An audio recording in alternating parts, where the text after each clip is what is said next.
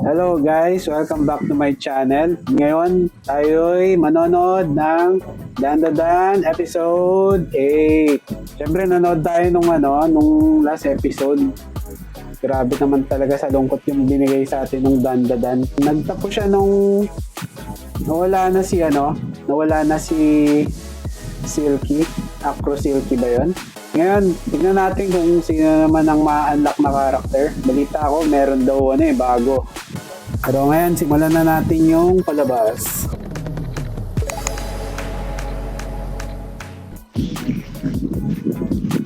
Harem.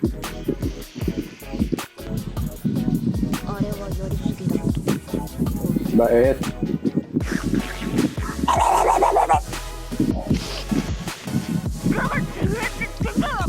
Grabe, sarap naman ang kain nila. Kimochi. Okay, skip natin yung intro. Ang itlog. Betlog mo. Epic talaga ng mukha ni Turbo Grande.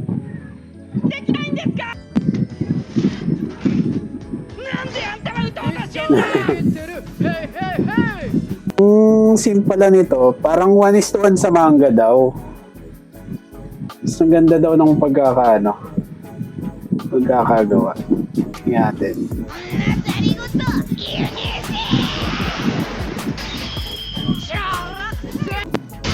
Sakit nun.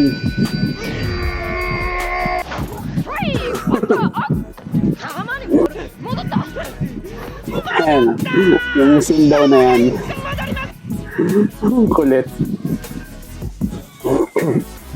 May nakikita akong post yung parang mga ibang extra scene daw sa manga. Parang nagkakaroon ng closeness si Turbo Granny tsaka yung si Seiko. Kasi may mga scene daw na parang nakikita ni Seiko si Turbo Granny na may tinutulungang pusa, tapos yung backstory ni Turbo Granny is mabait siya sa mga pinapagsamantalang babae. Kaya din daw yung sa unang pagkikita nila, yung si Momo is nasa danger. Si daw talagang tumulong nun, si Turbo Granny. Kasi nga 'di ba? Alien, alam mo na yan sa episode 1. Selos.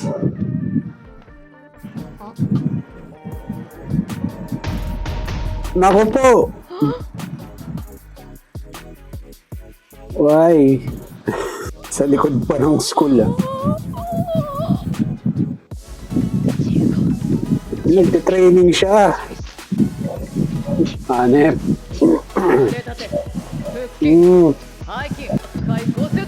Oh, baka mawala nung buhok yan. Parang si Saitama. Oh.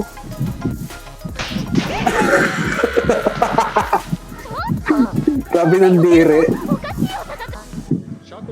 Oh. Mantis shrimp. Foreshadowing. Boom. Yung nagagawa daw ng mantis shrimp is shockwave. Pag sa ibang si creature, parang mainit. Parang sila, nadi-disable. Or namamatay.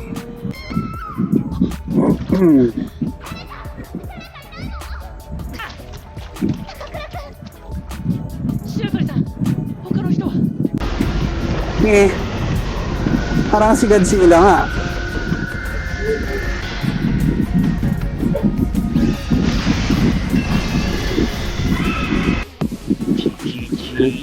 Chiquita. Uy! Chiquita. Uy! Nice move! Dempsey roll. Galing na ng reflex ni Okaron Pagulo ka.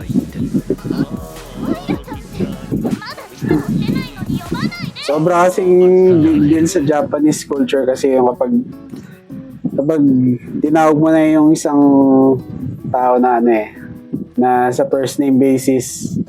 Sobrang big deal sa kanila yun. Minsan kapag hindi pa kayo close, apelido, mga ganyan. Pero pag ganyan kasi parang feeling close ka tsaka parang informal. Yung tatalab, alien yan.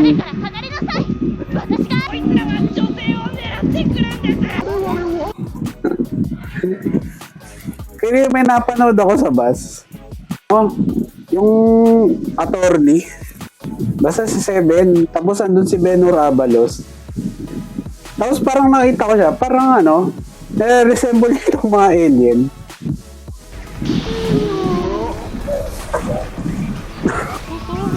Uy, naubara na siya. Diba Philippine? Uy, yun na. A weekend, Ira.